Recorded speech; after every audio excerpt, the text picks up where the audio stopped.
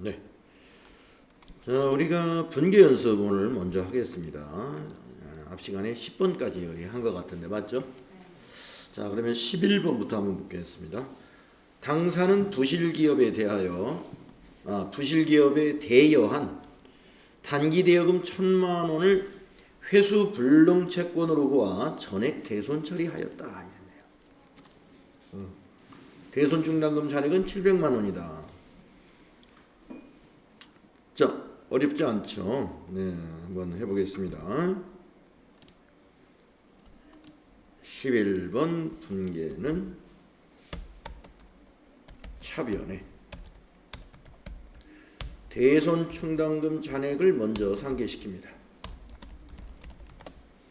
700만원 상계시키고 대변에 회수 불능하게 된 자산 단기 대여금을 거래처 부실기업 거 자산 감소 1,000만 원이 되겠습니다.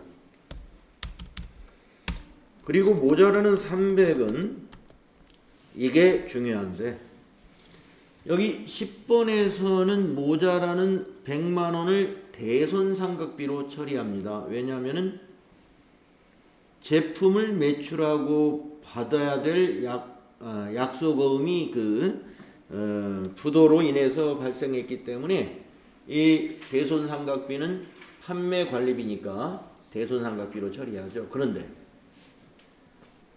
자, 부실기업에다가 단기 대여금을 빌려준 거잖아요. 단기 대여금 빌려줬는데 못 받게 됐어요. 그래서 모자라는 거 200만 원 이걸 비용 처리하는데 대손상각비로 하면 안 되죠. 영업의 비용입니다. 그래서 개정 과목을 달리합니다. 기타의 대손상각비라는 거. 이게 중요하겠군요. 기타의 대손상각비. 대손상각비로 하면 안 된다 하는 것입니다. 대손상각비로 하면 안 된다.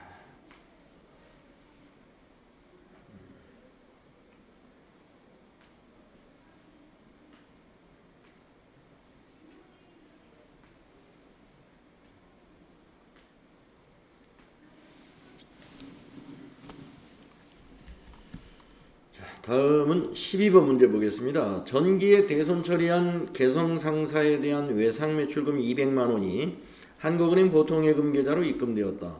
단 전기의 회계 처리는 아래와 같고 부가가치세법상 대손세액 공제는 적용하지 않았다. 자,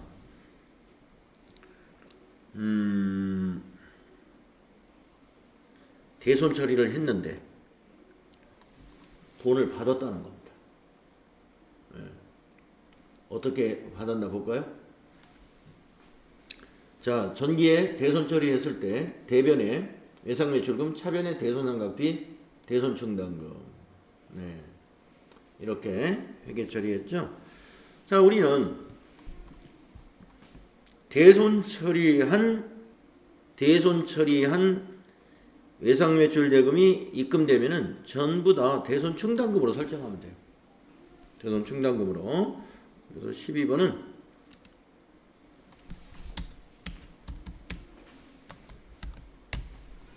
차변에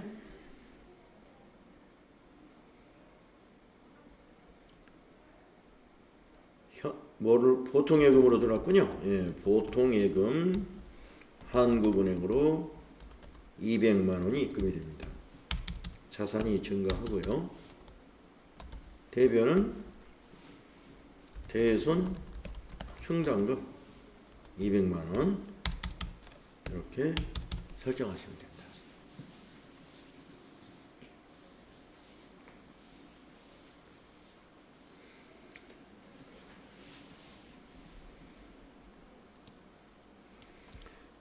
전기의 회계 처리는 아래와 같고 부가가치세법상 대손세액 공제는 적용하지 않았다. 뭐 여기서 대손세액 공제하고는 관계가 없습니다. 자, 다음은 13번 문제 보겠습니다.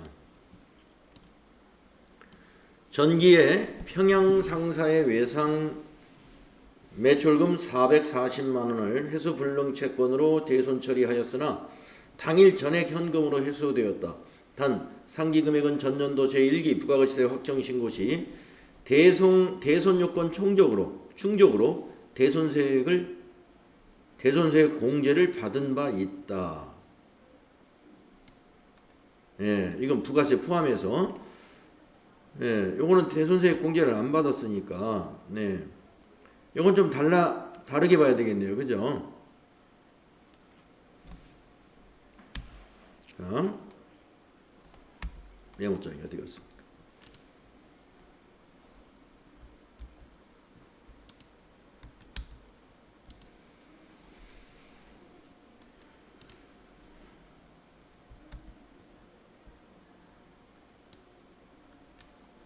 응? 13번 문제 한번 해볼까요?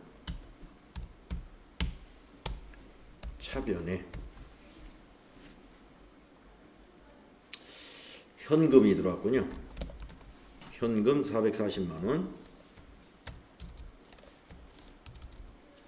이 중에서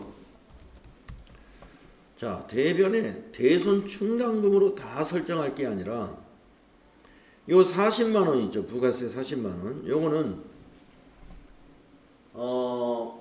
우리가 대손세 공제를 받아버렸단 말이에요. 그러니까 다시 부가세 애수금으로 잡아가지고 다음 신고 때 이거 40만 원 내야 돼요. 그래서 대변에 대손 충당금으로 설정하는 건 400만 설정을 해야 될 것이고 40만 원은 매출세액으로 다시 잡아줘요.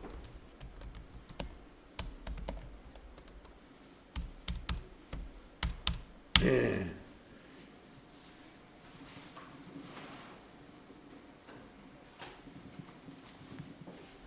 이렇게 해야 되겠습니다.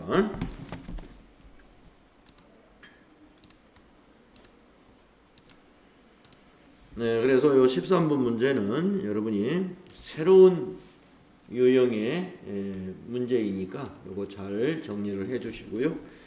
40만 원은 부가세 예수금으로 정리해야 된다는 거. 네, 요걸 기억을 좀 해 주십시오. 자, 다음 문제로 가보겠습니다.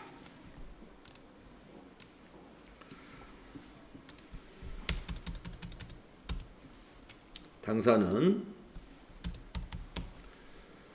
전기의 3일 상사에게 대여한 단기대여금 500만 원을 회수 불능 채권으로 보아 전기말 결산 시 대손 처리하였으나 금일 3일 상사로부터 전액을 현금으로 회수했다. 단 전기 대손 처리는 모두 대손 충당금과 상계하였다. 네, 단기 대여금이니까 차변에 현금이 들어왔다는 거죠. 500만 원 들어왔습니다. 대변에 대손 충당.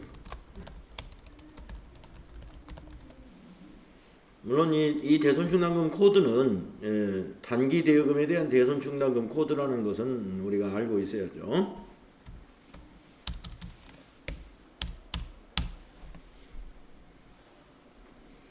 이렇게 하면 되겠죠? 그냥 대손 충당금으로 그대로 500만 원을 모두 설정해 주면 됩니다. 자, 15번 문제 볼까요? 당사는 상품으로 교환할 수 있는 상품권 100만 원을 경기 상사에 판매하고 대금은 현금으로 받았다. 상품권을 팔았네요. 이 문제도 지금 처음 나오는 것 같은데요. 예. 대금을 현금으로 받았으니까 차변에 현금이 들어옵니다. 100만 원 자산 증가 되고요. 대변에는 부채예요. 예. 자, 상품권을 판매하면은 대개 상품권 선수금이라는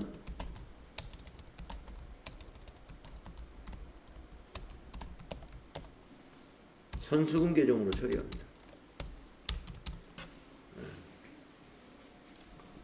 자, 상품권이라는 것은 이제 우리 백화점에 와서 이걸 가지고 물건하고 교환해 가세요 하는 거잖아요. 그러니까 사실은 물건은 나중에 주는 거예요. 우리는 상품권이라는 종이만 한 장 준 거죠. 선수금이에요. 그런데 다른 선수금하고 구분하기 위해서 상품권 선수금 이렇게 개정 과목을 만들어 쓰시면 되겠습니다. 네. 상품권 선수금.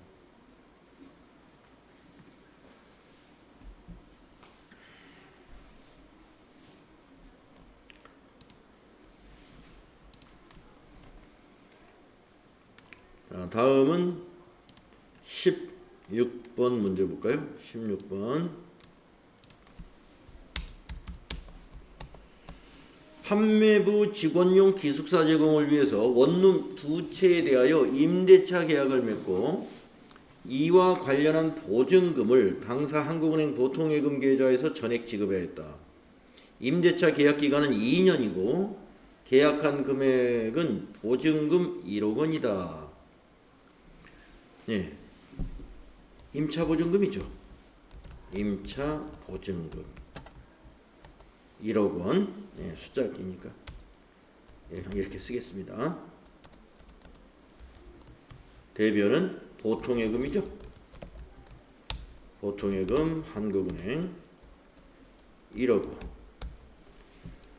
그래서 비유동 부채 임차 보증금으로 아니 비유동 부채 비유동 자산 자산 처리하시면 됩니다.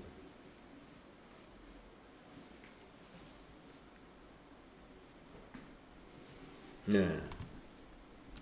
다음에 17번 문제는요.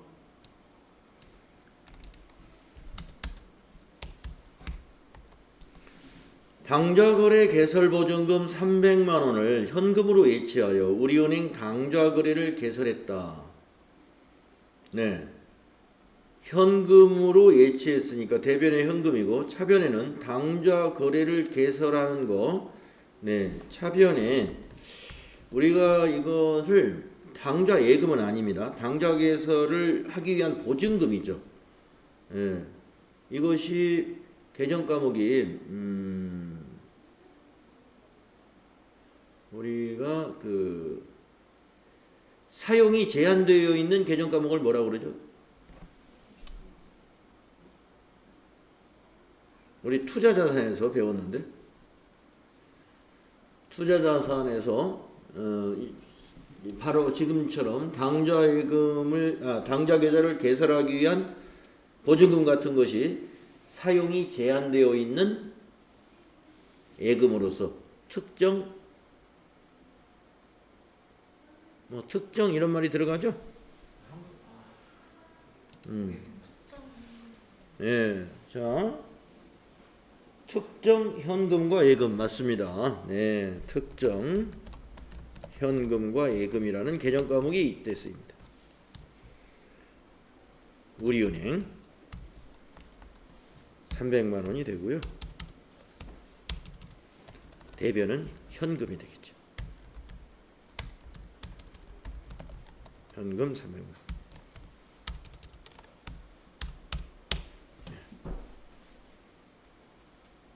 이렇게 분개하시면 됩니다.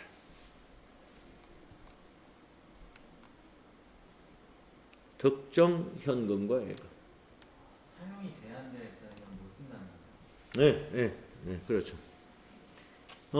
우리은행하고 당좌 거래를 중단할 때만 이걸 찾아 쓸 수가 있어요.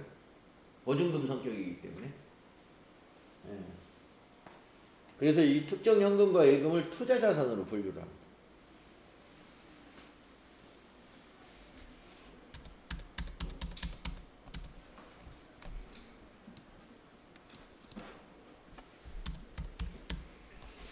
자, 18번. 제조 설비를 취득하는 조건으로 상환 의무가 없는 정부 보조금 3천만 원을 한국은행 보통예금으로 수령했습니다. 우리 정부 보조금에 대해서 공부했었죠. 네. 자, 차변에 보통예금으로 수령했으니까 차변에 보통예금이죠. 거래처는 한국은행이고요. 금액은 3천만 원. 대변은 정부 보조금. 정부보조금인데 이건 그 보통예금 차감 계정을 써요. 보통의 차감 계정이라는 거. 이걸 우리가 인식하고 3천만 원.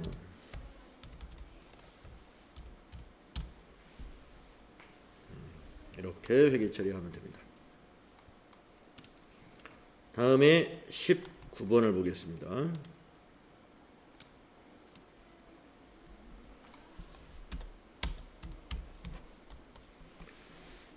주식회사 하나기계로부터 자동 포장기를 구입하고 5천만 원짜리, 대금은 기수령한 정부보조금 3천만 원을 포함하여 한국은행 보통예금 계좌에서 이체하여 지급하였다.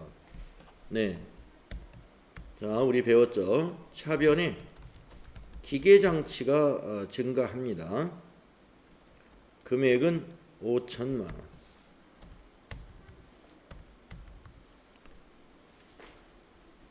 또 차변에 우리가 그 매입세, 부가세, 대급금이죠. 매입세액은 부가세, 대급금은 500만 원. 자, 대변하겠습니다. 대변에 보통예금이죠. 보통예금. 은행은 한국은행 5,500만 원 나갔죠.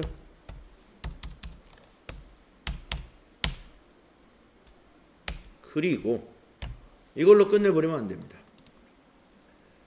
이어서 정부보조금을 또 분개해 줘야 되는데 18번 문제에서 정부보조금 보통예금 차감계정 요 3천만 원을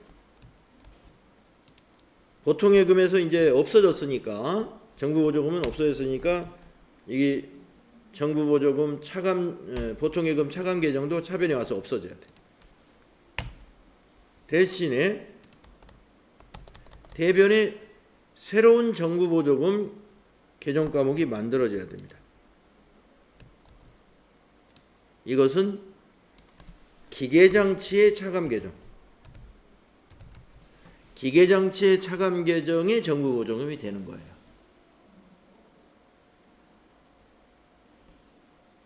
네, 요거 잘 알아두십시오.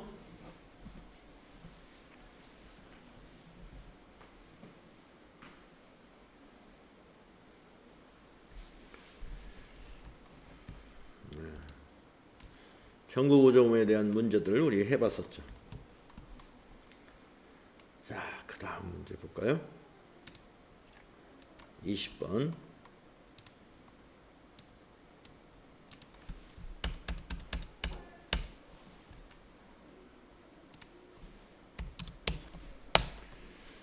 (3월 31일) 현재 부가세 대급금과 부가세 예수금을 상계 회계 처리하시오. 그랬어요. 납부할 세액은 미지급 세금으로 처리하시오. 부가세 예수금은 4,690만 원이고 부가세 대급금은 910만 원이다. 네, 그럼 서로 상계 처리합니다. 자, 부채 감소, 부가세 예수금 차변으로 오고 46,900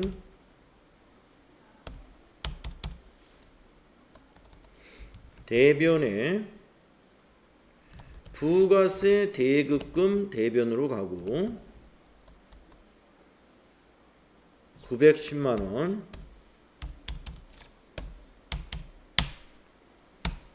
차액을 대변에 기입하죠. 그것이 미지급 세금이죠. 거래처는 알 수가 없네요. 그래서 거래처는 못 쓰겠습니다. 무슨 세무서가 될 텐데. 그럼 미지급 세금이 얼마 나오는지 계산기를 잡고 한번 두들겨 볼까요?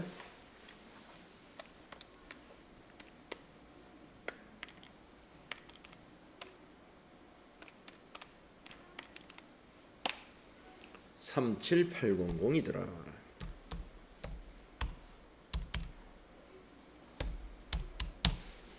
이렇게 나오죠.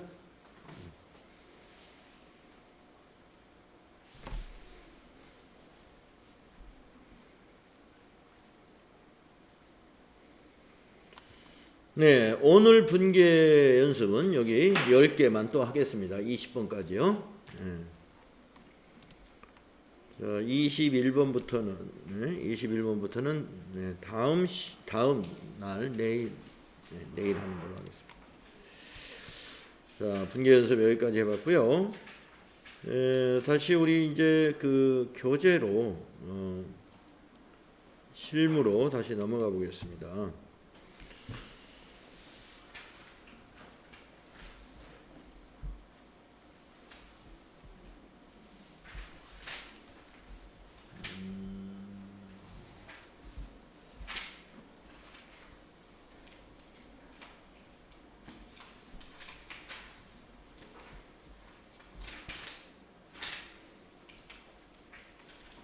오늘은 287페이지로 한번 가볼까요?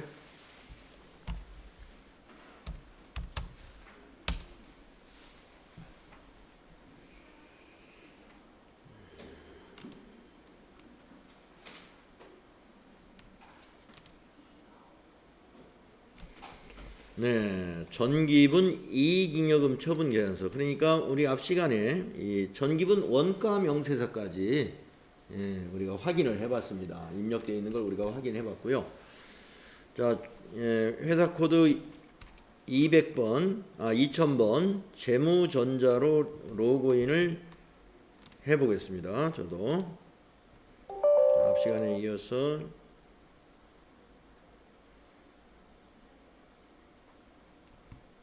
(2000번) 재무전자로 로그인 해주시고요. 전기분 이익잉여금 처분계산서 한번 보겠습니다. 전기분 이익잉여금 처분계산서는 전년도 법인의 당기순이익과 이월된 이익잉여금을 보여주며 주주총회를 통해 처분한 잉여금에 대한 내역들이 작성된다. 네, 아직은 이제 주주총회 처분 내역은 아직은 입력이 안 되겠죠. 지금 이 시기에 입력을 할 시기죠. 그러나 지금 현재는 입력된 데이터는 아직 안 주었습니다.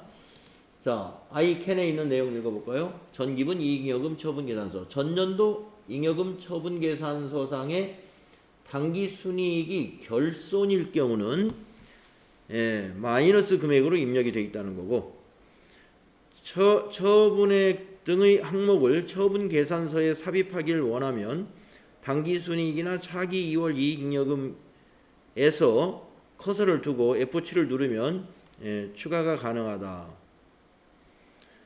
자, 이게 무슨 말인지 한번 요거 한번 확인해 보도록 하겠습니다. 자,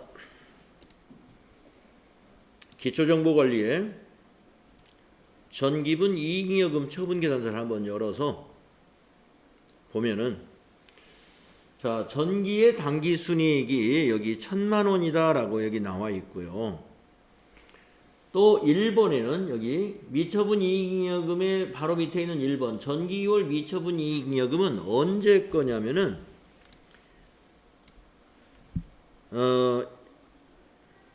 결산 기준일이 지금 2019년 결산에 대한 자료잖아요. 그렇기 때문에 여기 있는 당기순이익은 2019년도 당기순이익이고, 그 위에 있는 전기 2월 미처분 이익잉여금은 2018년도 결산에서 미처분 이익잉여금으로 남아있던 것이 이쪽으로 반영이 된 겁니다. 그래서 2018년도에 미처분 이익잉여금하고 2019년도 당기순이익하고 이 두 개를 더하죠. 그것이 이거죠. 이것이기도 하고, 그게 이제 2019년 말 미처분 이익잉여금인 것이죠. 그러면 이것이 11874-200 미처분 이익잉여금이 전기 2월 재무상태표에는 뭐라고 저게 계정가공이 바뀌죠? 네, 2월 이익잉여금으로 바뀌죠? 한번 확인해 보겠습니다. 11874-200 2월 이익잉여금이 있는지. 자, 전체 메뉴에 가서 전기분 재무상태표 있죠? 11874-200이 있습니다. 근데 개정 과목이 달라져요. 2월 이익잉여금이라고. 그러니까 사실은 실체는 같은 건데 전기의 마감되기 전에는 여기서 사용하는 대로 미처분 이익잉여금이라는 개정 과목으로 처리를 했다가 이걸 차기로 2월 시킬 때는 2월 이익잉여금으로 개정 과목이 바뀌어져서 2월이 된다는 거죠. 네, 그거 다시 한번 확인을 했고요. 그 다음에 아까 우리가 지금 뭘 한번 확인해 보려고 일로 왔느냐 하면은 여기에서 여기죠. 이거 동그라미 2번 처분액 등의 항목을 처분 계산서상에 삽입하기를 원한다면 예. 당기 순이익이나 차기 2월 이익잉여금의 커서를 두고서 F7을 눌러라. 자, 한번 어디를 말하는가 하면 여기를 말합니다. 자, 당기 순이익 그 밑에 이런 거 임의 적립금 등의 200 이런 것들을 이 줄을 늘리고 싶어요. 그러면 여기다 놓고 F7 눌러라 이겁니다. 삭제됩니다가 나오네.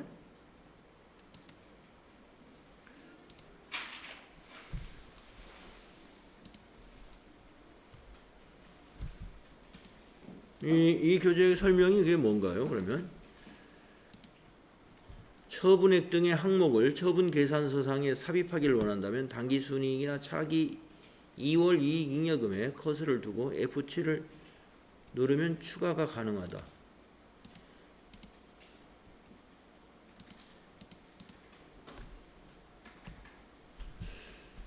자, 이건데 기능 모음에 가서 한번 볼까요? 네, F7이 아니고 이제 오타입니다, 여러분. F3. 네, F7은 초기화고 우리 책에 고쳐 확인해 보길 참 잘했네요. F3입니다. F3. 기능 모음에 F3 나와 있죠? 그러니까 여기에 임의적립금 등의 200을 뭐 1번, 2번 하나를 더 넣으려면 어떻게 하느냐? 이게 그게 F3을 누르면 이렇게 삽입이 된다 이런 얘기입니다. F3 추가할 때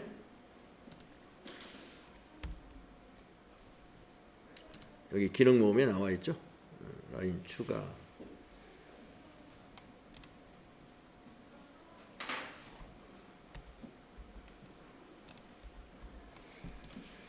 그래서 이제 여기에 만약에 시험 문제에서 가끔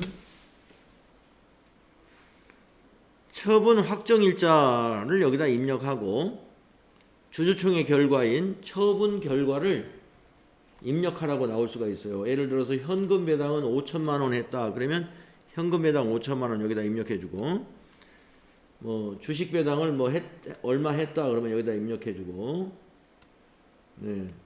또 이 현금 배당의 10%를 이익 준비금으로 입력해야죠. 그래서 여기도 여기 있는 금액의 10%를 이쪽에 입력을 해줘야 돼요. 그래서 해당 난에다 여기다 입력을 해줍니다. 그리고 여기 주주총회 날짜, 즉 처분 확정일자에다 입력해주는 경우, 뭐 뒤에 아마 문제 하다 보면 이런 문제가 나올 수도 있겠는데, 네. 자 여기 F7이 아니라 F3이었어요. 그래서 F3으로 고쳐놓고 지나가겠습니다. 자 다음은 11번 거래처별 초기 2월.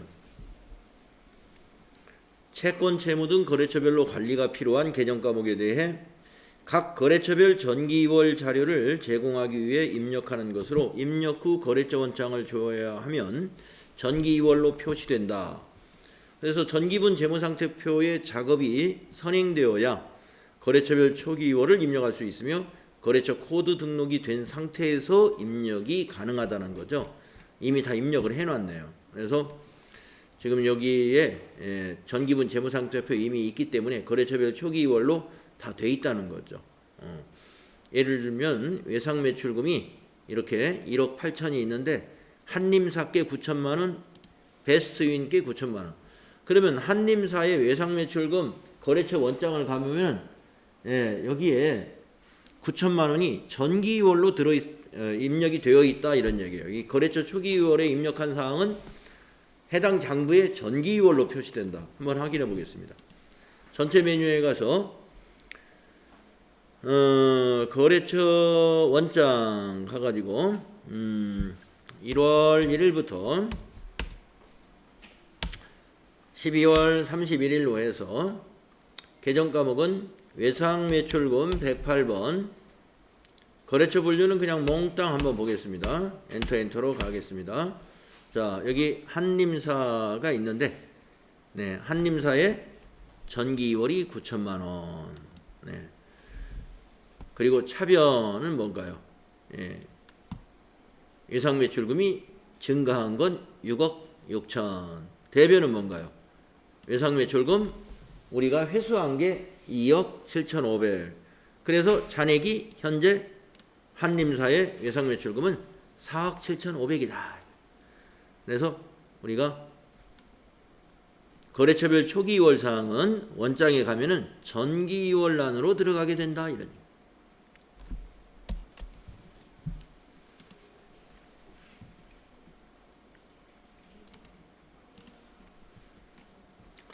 자, 이렇게 해서 287페이지까지 예, 기초정보 관리에 대한 내용들이었습니다. 자, 다음은 회계정보 시스템 운영에 관한 내용들인데 전표 처리, 예, 회계정보 시스템과 전표 처리 전부 예, 한꺼번에 담겨져 있네요. 자, 일반 전표 입력에 관한 거 우리 뭐 너무나 연습 많이 잘 돼 있죠. 네. 자산, 부채, 자본의 증감 변동이 발생하면 증빙 서류를 보고 회계 프로그램이 요구하는 형식에 맞추어 입력을 하는 메뉴죠.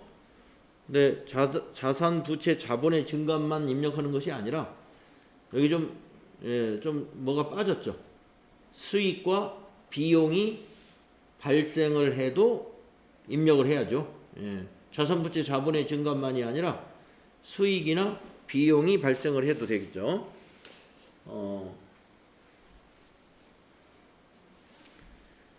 뭐 하긴 수익이나 비용이 발생하면 예, 수익이 발생했다는 것은 자산이 증가하든지 부채가 감소하든지 하는 거니까 그건 뭐 꼭 안 써도 문제는 없겠네요.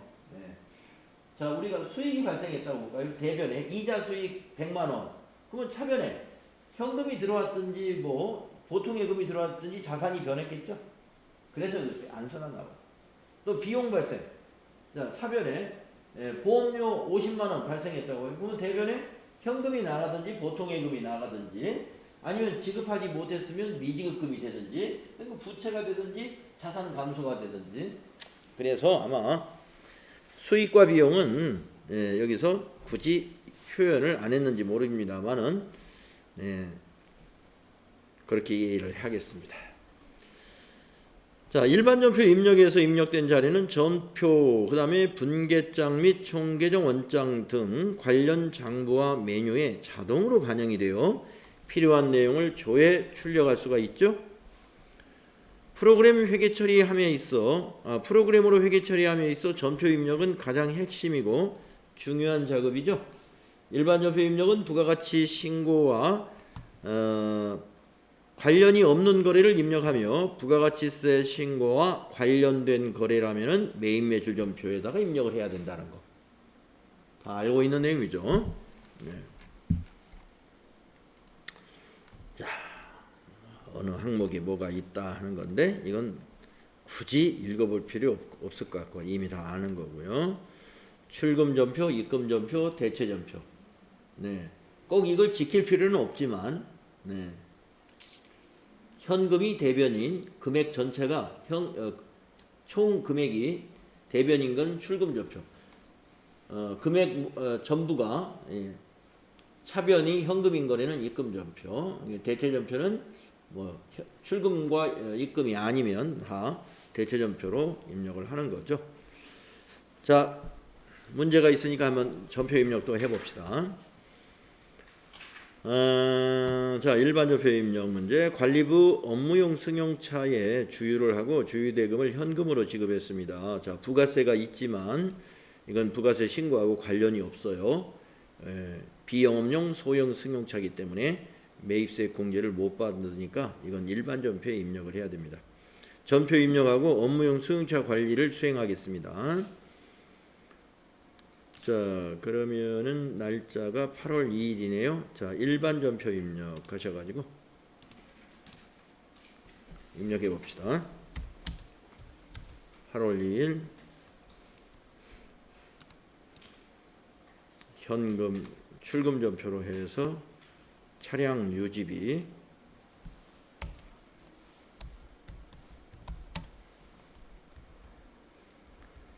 (800번대인가요) 네. 왜 800번대냐면 관리부니까.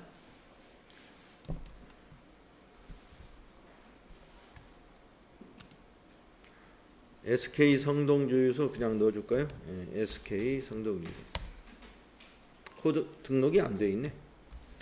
SK 성동주유소. 시험 볼 땐 이건 안 넣어도 됩니다.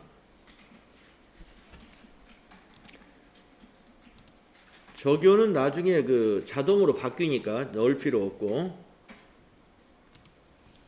금액을 그대로 합계로 입력을 해야 되죠. 28,000원.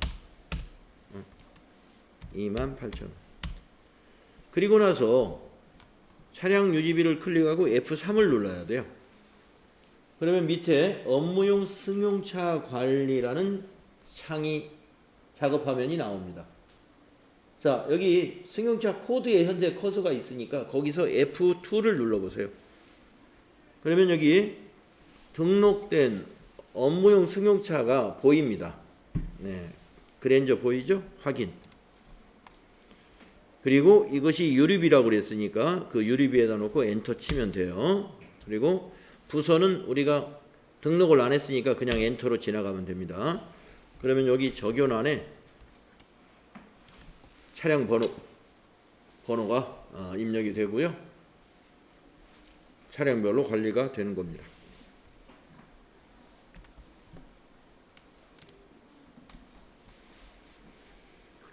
다음은 두 번째 문제 볼까요? 입금표 작성하기. 입금전표 작성하기구나. 네, 입금표가 있네요. 영업부에서 매출처 주식회사 한림사로부터 외상대금 330만 원을 현금으로 받고 입금표를 발급했답니다. 수행. 전표 입력해라. 간단하죠? 네. 입금전표 해가지고 외상대금을 받았으니까 대변은 외상매출금이죠. 거래처는 꼭 한림사로 입력해 줘야 됩니다.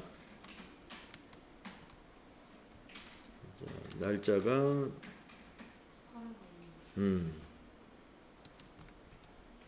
5일. 입금전표 2번. 외상매출금. 거래처 한림사.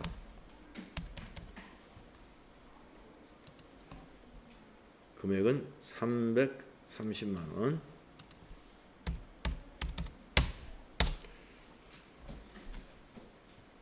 이렇게 해야 되죠.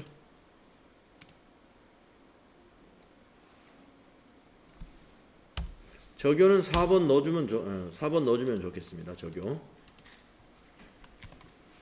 뭐 우리 시험에서는 적요 채점은 이건 안 하지만 그렇게 하고 가겠습니다. 자, 다음은 3번 문제. 대체전표 작성하기. 어떤 문제가 있나 볼까요?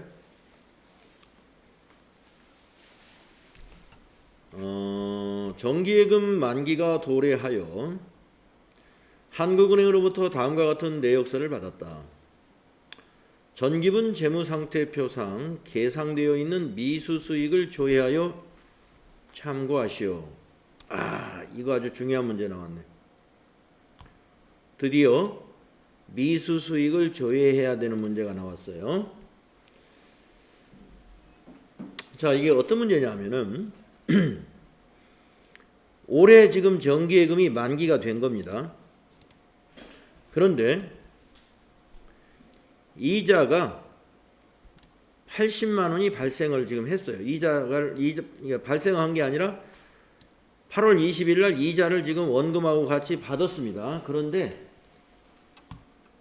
전기에 무슨 일이 있었냐면 이 정기예금이 전기부터 있었기 때문에 전기 결산할 때 이자 수익으로 미리 발생시킨 게 있어요.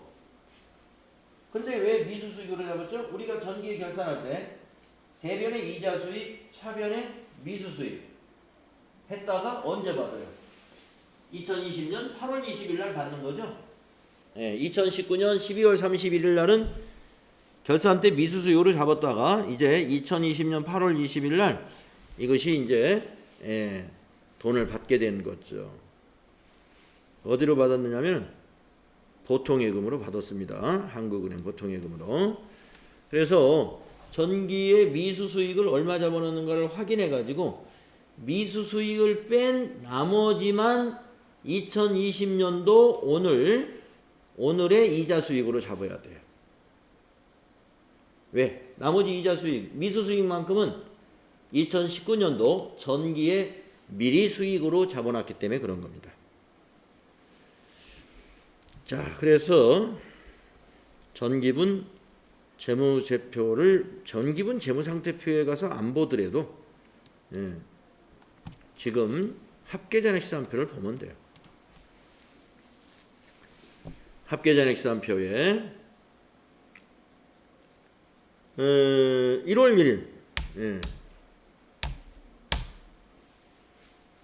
1월 1일이면 전기 말이잖아요. 그래서 미수 수익 보니까 26만 6,600원이 잡혀 있어요. 여기 잔액이.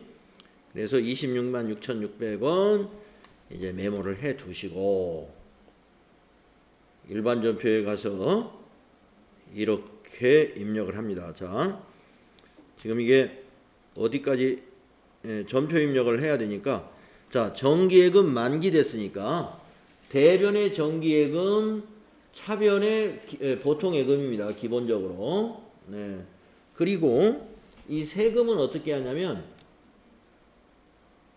이거는 기억나시나요? 선납 세금으로 처리하죠. 원천징수 당한 거니까 선납세금. 그리고 보통예금으로 입금된 금액은 그럼 얼마가 들어왔어요? 요 금액이 들어왔죠? 예. 자, 선납세금은 뭐예요? 자산이죠? 그러니까 선납세금하고 보통예금이 차변에 와야죠. 선납세금하고 보통예금이. 그리고 미수수익은 자산이었는데 오늘 받았으니까 미수수익만큼은 이건 어디로 가야 돼요? 이건 대변으로 가야죠. 미수수익은 대변으로 가야죠. 자, 정기예금 요거 2천만 원 어디로 가야 돼요? 이거 대변으로 가야죠. 정기예금 대변. 예. 정기예금은 한국은행 거네요. 정기예금도. 거래처는 같은 은행입니다. 자, 그러면 이제 입력해 보겠습니다. 자, 천천히 한번 해봅시다. 8월 20일. 8월 20일 대변의 정기예금 한국은행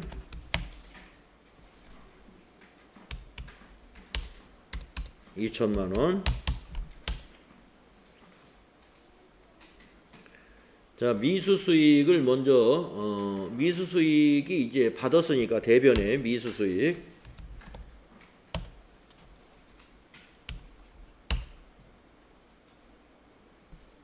미수수익은 아까 거래처가 거래처 넣을 필요 없어요.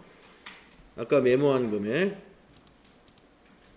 266,600원.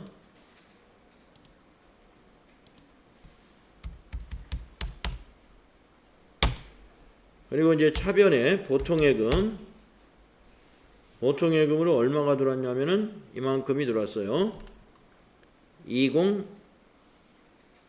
20676,800원. 한국은행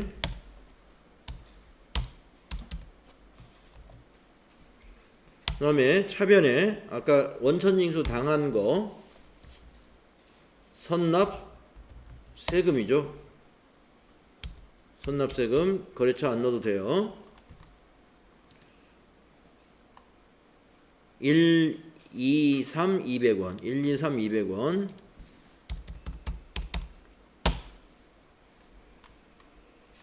자, 53만 3,400원은 뭘까요? 이자 수익이겠죠. 예, 당기의 이자 수익입니다. 대변에.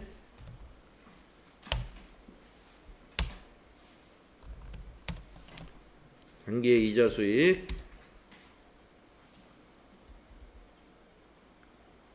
정기예금에 대한 이자 수익이죠.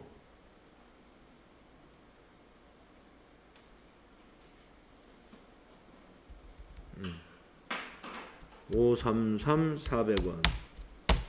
뭐 적요는 다 생략을 해 버렸는데 적당한 적요 내용을 입력을 해주면 됩니다.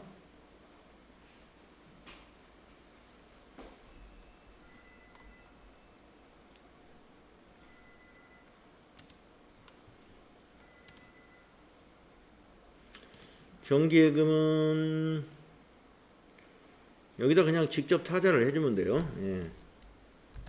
정기예금 만기 이렇게 넣어주면 되고, 미수수익은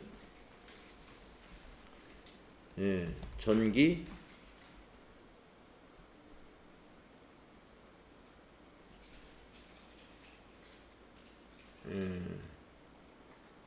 결산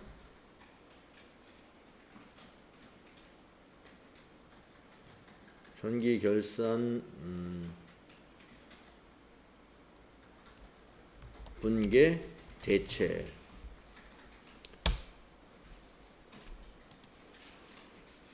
보통예금은 이제 예, 정기예금 만기 입금 이렇게 써요. 선납세금은 이자 예금 이자 원천 징수 납부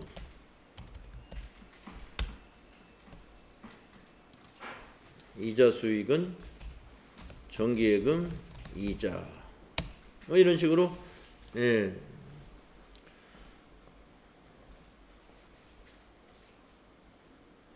예, 적당한 알맞은 적요를 넣어주면 됩니다.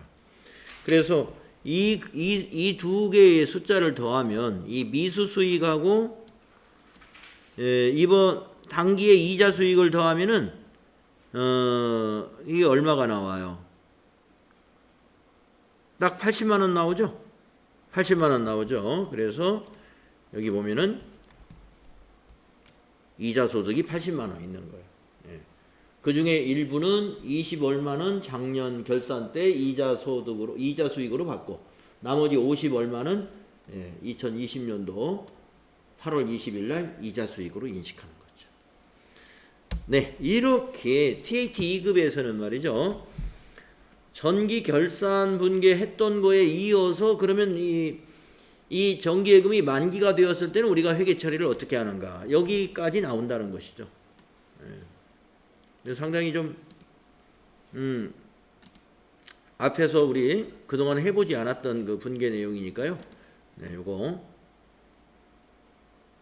우리 뭐 쓰지 않았죠. 네, 전표 입력에 얘기했던 거 내용이 좀 많으니까 요거 좀 잘 기억을 해 두십시오.